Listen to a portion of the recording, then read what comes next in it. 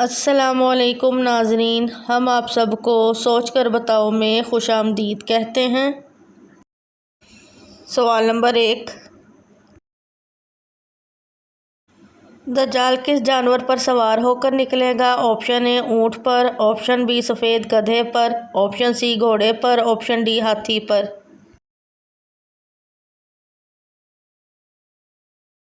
सही जवाब है ऑप्शन बी सफ़ेद गधे पर।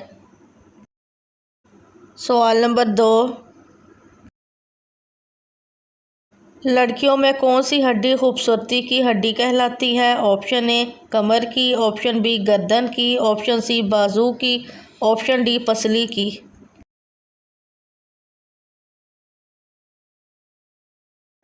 सही जवाब है ऑप्शन डी पसली की।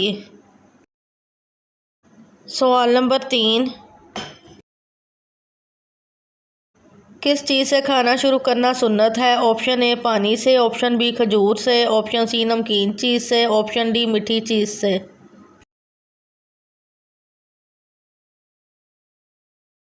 सही जवाब है ऑप्शन सी नमकीन चीज़ से।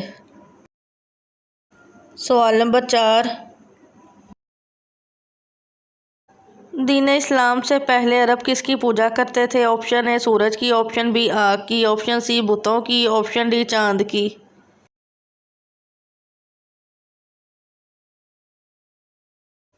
सही जवाब है ऑप्शन सी बुतों की। सवाल नंबर 5, यहूदी कितने फरिश्तों पर ईमान रखते थे? Option A 1, option B 2, option C 3, option D 4।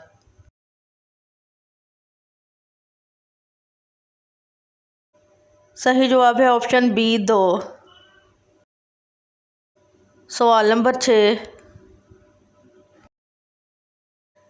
Eid के दिन मरहूम अपनी कब्रों से बाहर क्यों आना चाहते हैं? ऑप्शन ए घर आने के लिए, ऑप्शन बी ईद मनाने के लिए, ऑप्शन सी रमज़ान के गम में, ऑप्शन डी ईद नमाज के लिए।